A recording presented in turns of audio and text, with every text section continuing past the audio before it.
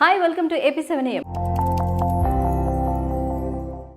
రక్షణ రంగంలో మన దేశాన్ని ప్రపంచంలోనే అగ్రరాజ్యాల సరసన నిలిపిన గొప్ప శాస్త్రవేత్త ఏపీజే అబ్దుల్ కలాం. నిరుపేద కుటుంబంలో పుట్టి రాష్ట్రపతి స్థాయికి ఎదిగి కోట్లాది మందికి ఆదర్శంగా నిలిచిన జీవితం ఆయన సొంతం. కొన్ని సందర్భాల్లో ఆయన చెప్పిన మాటలు యూత్ కు, స్టూడెంట్స్ కు ఎంతో ఇన్స్పిరేషన్ ఇస్తాయి. ఆయన చెప్పిన మాటలను ఒకసారి గుర్తు చేసుకుందాం. మీ కలలు తీరాలంటే, నిజం కావాలంటే ముందు కలలు కనండి అని చెప్పారు కలాం. నిజమే కదా, మనం ఏదైనా సాధించాలంటే ముందు దాని గురించి ఆలోచించాలి, అదే లక్ష్యంగా పెట్టుకోవాలి.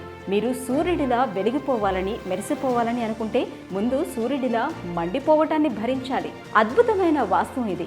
మనం ఒక స్థాయికి వెలిగిపోవాలి అంటే ముందు శ్రమించి ముందడుగు వేయాలి.